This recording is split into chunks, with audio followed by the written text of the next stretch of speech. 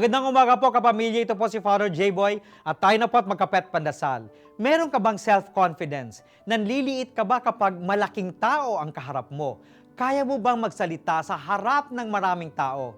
Kaya mo bang panindigan ang iyong prinsipyo o ideya kahit hindi sumasang-ayon ang iyong mga kasama? Kung puro hindi ang sagot mo sa tanong ko, maaaring wala kang self-esteem.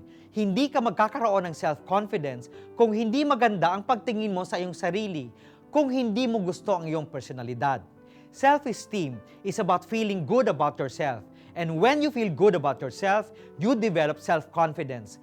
Confidence then builds self-esteem. Sabi ni Jesus, mahalin natin ang ating kapwa tulad ng pagmamahal natin sa ating sarili. Ibig sabihin, kailangan may tamang pagmamahal tayo sa ating sarili upang alam natin kung papaanong papahalagahan natin ang iba. Ang batayan ay simple. Kung minamahal tayo ng Diyos, may nakikita siyang karapat-dapat sa atin upang mahalin. Kung inalay ng Diyos ang kanyang kaisa-isang anak para sa ating kaligtasan, may kahalagahan ang tao para sa kanya. Kung madaling patawarin tayo ng Diyos, ibig sabihin, lagi siyang umaasa sa ating kagandahang loob. May tiwala siya sa ating kabutihan. Kaya manalangin po tayo. Ama namin, ang paghahain naming ito ay maging dalisay nawa sa iyong awang dakila. Amen.